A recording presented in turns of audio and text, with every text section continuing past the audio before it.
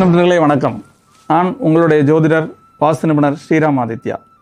இந்த ஆனி மாதத்தில் கடகராசி நண்பர்களுக்கு என்ன மாதிரியான பலன்கள் இருக்குது அப்படிங்கிறத பார்ப்போம். மாதம் பிறக்கிற பொழுதே சந்திரன் உங்கள் ராசிக்கு 12ஆம் வீட்டில் லக்னத்தில் குரு, அந்த மாதிரி ஒரு சிறப்பான நிலையோட இந்த மாதமானது பிறக்கிறது. இந்த மாதம் முழுக்க கிரக நிலைகள் ரொம்ப பாசிட்டிவாக இருக்குது. லக்னத்தில் குரு சுக்கிரன் இருக்கிறார்.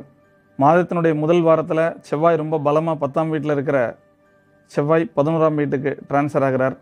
மாதத்தினுடைய 2வது வாரத்தில் புதன் உங்களுடைய லக்னத்திலேயே ராசியிலே திக்பலம் பெறுறார். இந்த மாதிரி அதி அற்புதமான அமைப்போட இந்த மாதமானது உங்களுக்கு பிறக்குது.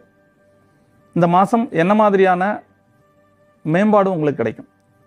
அரசு பணியில் இருக்கிறவங்க நிச்சயமாக உத்தியோக உயர்வு எதிர்பார்க்குறவங்களுக்கு மிகப்பெரிய உத்தியோக உயர்வு இந்த மாதத்தில் கிடைக்கிறதுக்கான அமைப்புகள் இருக்குது.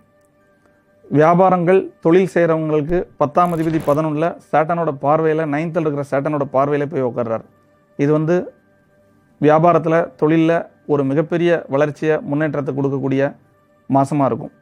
யாருக்கெல்லாம் வீடுங்கிறது கனவாக இருக்கோ அவங்களுக்கெல்லாம் இந்த மாதத்தில் அதுக்கான துவக்கம். ஏன்னா 4ஆம் அதிபதி உங்களுடைய லக்னத்திலே உட்கார்றார். இது சொந்த வீட்டை கொடுக்கக்கூடிய யோகம், சொந்த மனையை கொடுக்கக்கூடிய யோகம், இதெல்லாம் அமையும். சொந்த ஊரில் சொத்து வாங்கணுங்கிறது எனக்கு ரொம்ப நாளாக கனவாக இருக்குது அப்படின்னு நீங்கள் நினைக்கிறீங்களா? இந்த மாதத்தில் மூவ் பண்ணுங்கள், நிச்சயமாக நடக்கும். ஏன்னா அந்த பூர்வ புண்ணிய ஸ்தானத்துக்குரிய செவ்வாய் நல்ல பலமாக 10ஆம் வீட்டில் யோகத்தோடு இருந்துட்டு 11ஆம் வீட்டுக்கு உபஜய ஸ்தானத்துக்கு வரார்.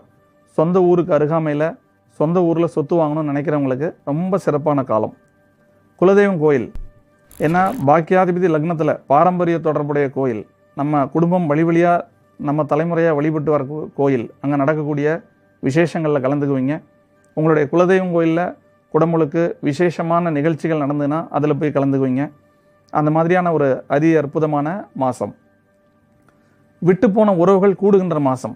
ஏன்னா 8ல் ராகு இருக்கார், குரு 12ல் இருக்கார், 9ஆம் அதிபதி. அந்த மாதிரி இந்த விட்டு போன உறவுகள்லாம் ஒன்றா சேரக்கூடிய மாதம். ரொம்ப கவனமாக இருக்க வேண்டியது அப்படின்னு பார்த்தா இந்த மாதங்களில் இரவு நேர பிரயாணங்களை தவிர்க்கணும். ஏன்னா 8ல் ராகு இருக்குது, அதனால் இரவு நேர பிரயாணங்களை இந்த மாதங்களில் தவிர்க்கணும். உடல்நலம், ஹெல்த் டிப் என்ன அப்படின்னு கேட்டால் ரொம்ப சந்தோஷமாகவும் ஆனந்தமாகவும் இருக்க போகிறீங்க. ஏன்னா உறவுகள்லாம் ஒன்றா கூட போகிறீங்க, நல்ல அறுசுவையான உணவு கிடைக்க போகுது. அப்படிங்கும்போது எக்ஸ்ட்ரா சாப்பிட்டு உங்களுடைய உடல்நிலையில் கவனம் செலுத்தாமல் போயிடக்கூடாது. கொலஸ்ட்ரால் இருக்கிறவங்க இந்த மாதத்தில் அவங்க முறையாக செக் பண்ணி ஒரு மருத்துவரை அணுகி அதுக்கான ஆலோசனைகளை எடுத்துக்கிறது நல்லது. சுகர் உள்ளவங்களும் அப்படி தான். இந்த காலகட்டத்தில் இனிப்புகளை தவிருங்க. ஆனந்தத்தில் அதிகமான ஸ்வீட்டை சாப்பிடக்கூடாது. தாயார் அம்மாவுக்கு ஏதாவது வீசிங் கம்ப்ளைண்ட் அல்லது கோல்டு சளி சம்பந்தமான தொந்தரவுகள் இருந்ததுன்னா முறையான மருத்துவ ஆலோசனை பெறது நல்லது. ஏன்னா 4th லார்டு கடகராசியில் இருக்கிறார்.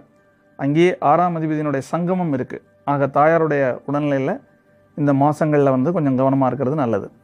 யாருக்கு இந்த மாதம் ஜாக்பாட்? மருத்துவத்துறையில் இருக்கிறவங்களுக்கு ஜாக்பாட், கெமிக்கல் தொழில் பண்ணுறவங்களுக்கு ஜாக்பாட், அடகு கடை வட்டி தொழில் நடத்துகிறவங்களுக்கு அதி அற்புதமான மாதம். ஏன்னா 6ஆம் வீட்டு அதிபதி 10ஆம் வீட்டு அதிபதியினுடைய பார்வையில் இந்த மாதம் துவங்குது. இவங்கெல்லாம் மிகப்பெரிய வெற்றி இந்த மாதத்தில் பெறுவார்கள். என்ன மாதிரியான நிறங்களை இந்த மாதங்களில் அணியலாம்? சிவப்பு நிறம், மெரூன், மஞ்சள், அந்த மாதிரி நிறங்கள் கடகராசினியர்களுக்கு இந்த மாதத்தில் மிகப்பெரிய அதிர்ஷ்டத்தை தரும். தெய்வ வழிபாடு அப்படின்னு பார்த்தா செவ்வாய் கேது தொடர்பு மாதத்தினுடைய ஆரம்பத்தில் இருக்குது. மாதத்தினுடைய மத்திய பகுதியில் உங்கள் ராசிக்கே புதன் அமர்றார். இது நரசிம்மர் வழிபாடு சக்ஸஸ் தரும் இந்த மாதத்தில். அதே மாதிரி 8ல் ராகு இருக்குது. எப்பயுமே ஒரு அதிர்ஷ்டத்துக்கு ஒரு தெய்வத்தை நம்ம வணங்கினோம்னா காவல், நம்முடைய காப்பதற்கு ஒரு தெய்வத்தை வணங்கணும். 2 தெய்வ வழிபாடுங்கிறது 2 விதமாக பண்ணிக்கணும். அதிர்ஷ்டம் பெறுகிறதுக்கு ஒரு தெய்வமும் நம்முடைய காப்புக்கு ஒரு தெய்வமும் பண்ணணும். அப்படி பார்த்தா 8ல் ராகு இருக்குது. இது துர்கா பரமேஸ்வரி வழிபாடு இந்த மாதத்தில் உங்களுக்கு பாதுகாப்பை தருகின்றத, பாதுகாப்பை உறுதி செய்யும். ஆக அருகாமையில் இருக்கிற துர்கா கோயிலில் போயிட்டு அர்ச்சனைகள் பண்ணுறது, தீபங்கள் ஏற்றுறது, அந்த மாதிரி ஒரு சிறப்பு வழிபாடுகளை பண்ணுங்கள். இந்த மாதம் முழுக்கவே கடகராசி நேயர்களுக்கு குரு லக்னத்தில் வந்திருக்கிறதுனால பொருளாதாரம், நல்ல சமூக அந்தஸ்து, கௌரவம் இதெல்லாம் தரக்கூடிய மாதமாக இருக்கும். ஸோ சிறப்பாக இருங்க, நல்ல வழிபாடுகளை பண்ணுங்கள். வாழ்க வளமுடன்.